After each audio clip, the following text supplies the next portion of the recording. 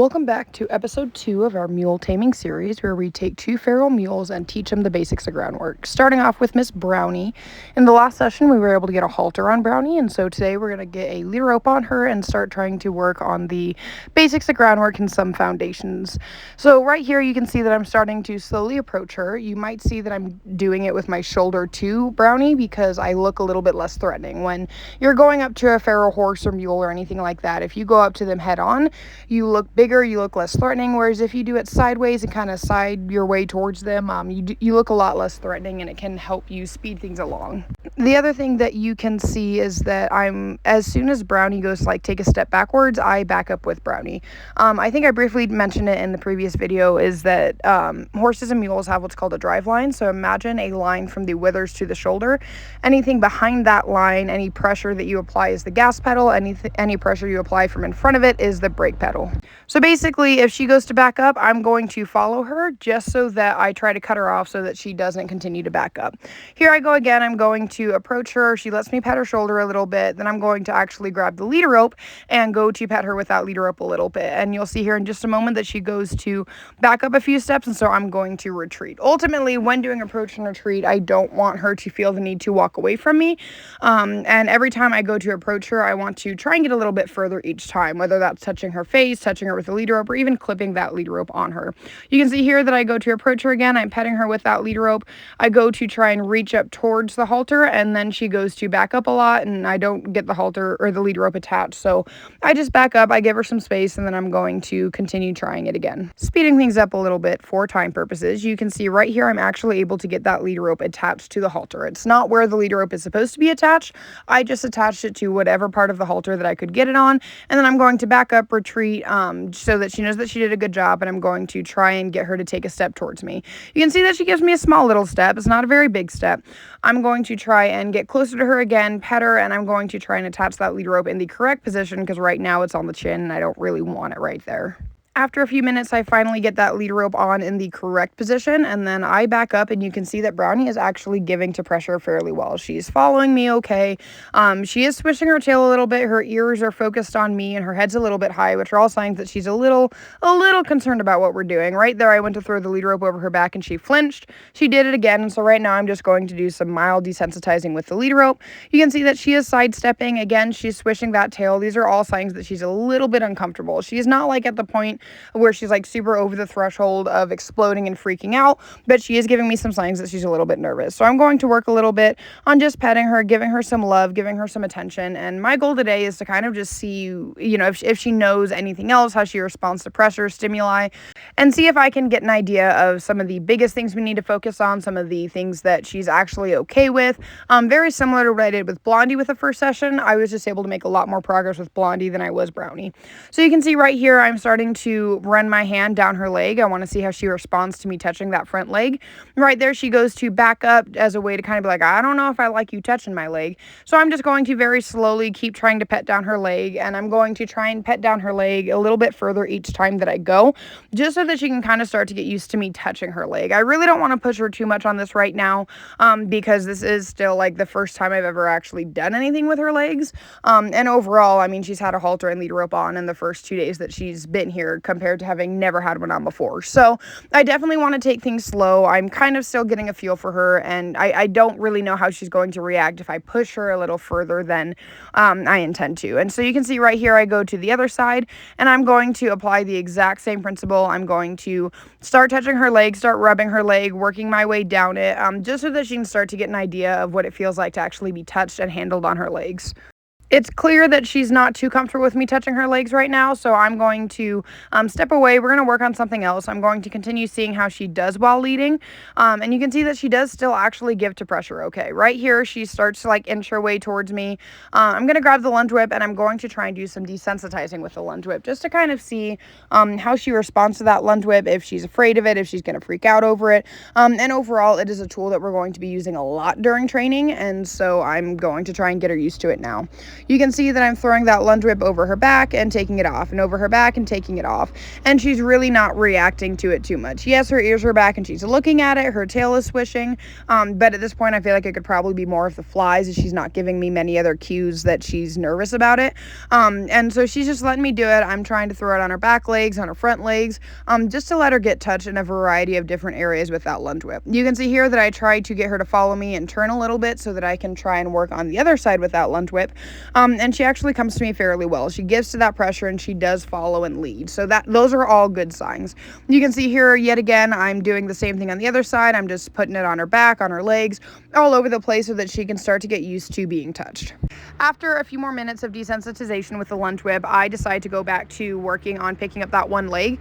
When you're working with equines, sometimes it is a good idea to stop, take a recess from what you're working on, and then come back to it, because it gives that horse some time to process. It gives them time to remember, like, hey, I'm safe with this person's not going to hurt me. Taking that recess allowed me to be able to pick up her leg just now. She didn't hold it up or anything crazy like that, but we got a lot further on that one leg than we did before. So that just goes to show that sometimes taking a recess, taking a break from working on certain things can make all the difference when working with equines. Next up, I'm going to try and work a little bit on backing up on the ground. So I start off by having her come towards me a little bit more so that we've got a little bit more room. And then after I bring her towards me and give us some more space behind her, I'm going to start by leaning towards her, and then I'm going to wiggle that lead rope, and you can see I don't even have to apply more pressure when she takes that step back. So overall, that is a good thing right there. In time, I want to be able to just lean towards her and walk towards her for her to back up. You can see here I didn't even have to wiggle the lead rope that time for her to back up a step. So overall, I'm extremely proud of the progress that Brownie has made today. We're going to call it a day there, as she's been doing absolutely phenomenal. Moving on to Miss Blondie. So I was able to get a halter on Blondie very, very quickly in her first session. And in her second session, I did leave the halter on her because I'm still not sure if, she'll be okay to be caught. This session leads me to believe that I could probably take the halter off and we'd be just fine. As I walk up to her, she kind of looks at me with her nose and she lets me clip that lead rope right on her. So those are all good signs that I could take the halter off after this session, because she's pretty easy to catch. She pretty much just walks right up to you, which is a very good thing. Again, like I said in our first video, Blondie has definitely done a little bit more than Brownie, but both of them have still been, pretty feral most of their lives. We're going to start off by trying to pick up Blondie's front legs. You can see that she's letting me pet her on her shoulder, and then I'm going to work my way down her leg and kind of just see how she reacts to it. You can see I'm able to get my hand down her leg. She actually picks up that leg and she holds it up for me. All very, very good signs, because that shows that she's not pulling away, she's not freaking out, she's not panicking or anything crazy. You can also see in the background my boyfriend is giving Brownie a lot of love and attention and grooming. That's something that's probably going to be happening pretty frequently with both of them, just so that they can continue to learn that people are a good thing. People bring lots of positive things to the table, such as brushing, grooming, and treats and all that fun stuff. Here I am again going over to Blondie's other side. She picks up that hoof for me, holds it up for me, and I am like astounded that she's doing so well with that.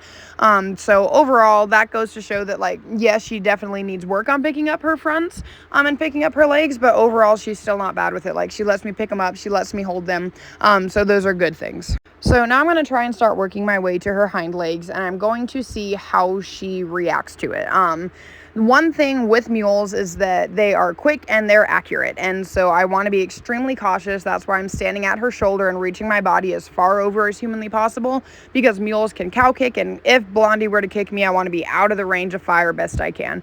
You can see that she's letting me rub my hand down her butt, and I'm going to do the exact same process I did with the fronts and just try and slowly work my hand further and further down her hind leg the best that I can. She's standing there. I go to bring my hand down. She looks at me a little bit, and I'm going to just keep doing it. And I want to be super slow because I cannot get kicked. Working with equines can be a very dangerous thing. And so it's always important to put safety first and take the necessary precautions. You'll see right here, I go to pick it up. She does pick up that hind leg. So I'm going to walk away.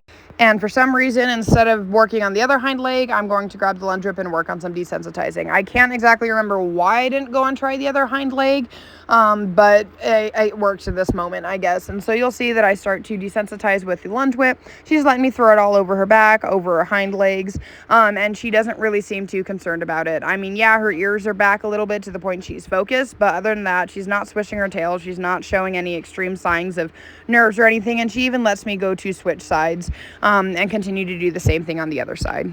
After working on some desensitizing for a little bit more and leading, she's giving to pressure very well. She's following me very well. She's not really giving me many issues, so I'm going to work on backing up. I start by leaning towards her. I wiggle that leader up a little bit. She doesn't go, so I apply more pressure and just add some at the bottom of the halter in her chest. Right here, you can see that she goes to step forward without me asking her, so I'm going to ask her to back up again. And I want to do this because I want to instill boundaries into Blondie. If you have a horse that is constantly walking up in your space, or a mule or whatever, it can become a very dangerous thing. And so I want to be able to teach her boundaries. But remember, you don't have to do it you don't have to beat the living shit out of a mule or a horse just because they get up into your space. If they go to take that step forward, you can just apply some pressure, get them to back up, turn them in a circle, and just apply some sort of stimulus that shows them that what they did wasn't necessarily correct. So you can see right here, she's doing a lot better at backing up. She starts to come into my space a little bit again, and so I let this one slide because she's still doing okay. And then I'm going to ask her to back up again. And this is something that I'm definitely noticing is a little bit rough with Blondie, and is something that we're gonna have to work on, especially her getting up in my space, which she's starting to do again right here. So in return, I swing that leader rope towards her chest a little rough to get her to back up and get out of my space. Next thing I'm going to work on with Blondie is lunging. You can see right here, this time instead of walking into my space, she did stop. So I'm going to pet her a lot for that, reinforce her, and show her that with that, she did a very good job. That's what I was looking for. So teaching her to lunge, I'm going to point with my hand, and then I'm going to swing the leader rope behind her. You might see that I'm holding my hand right up against her nose, because if she decides to try and swing her head towards me, I have a way that I can kind of bump her out of my space. She's starting to move her hind end away from me. I'm continuing to try and point. Right here, she starts to walk around me, which is what I want. She does stop rather quickly, but I did release that pressure because she started to give me that circle. Again, here we are. She gave me some of that circle. She started to kind of almost turn towards me, but she thought about it. And now here we are. I'm able to get her doing a circle around me. Yes, she's stopping to look at me from time to time, and when she does that, I'm just going to continue what I was doing, ask her to go out in that circle around me, and already she's starting to make progress with it. Biggest thing to remember, you're not going to teach anything overnight. I'm just super proud of Blondie that she's able to at least start getting steps in a circle around me. I ask her to stop and come into me. I'm going to give her lots of reinforcement for that, lots of praise for it, and then I'm going to ask her to do the same thing in the other direction. You'll see that Blondie keeps trying to face me. She's kind of like, what the fuck are we doing here? And so what I'm going to do is I'm going to take a moment, grab the bottom of her halter, and just try and guide her head in the direction that I want her to go. After doing this for a while, I am finally able to get Blondie to go in a circle in the other direction. She still stops to try and face me, but I don't really have to hold her halter as much. Here I am again. I'm asking her to go out. She's kind of just standing there, but she does start to get around in that circle, which is what I'm looking for. Again, this is something that you might see people over the years be like super rough about it. You don't have to be rough about it. You can just very gently, take their halter, take the side of their halter, push their head in the direction you want them to go, and continue to apply pressure from behind them. Eventually, they are going to pick up on it. Just be patient, be cautious, and reward even the smallest try. Even if Blondie just takes a few steps around me, I'm going to take that. You can see here, she's starting to walk around me. She's starting to get the picture. So I'm very proud of her for that. If she continues to stop, I'm just going to ask her to keep moving forward. And again, this is just something that we'll continue to work on over time.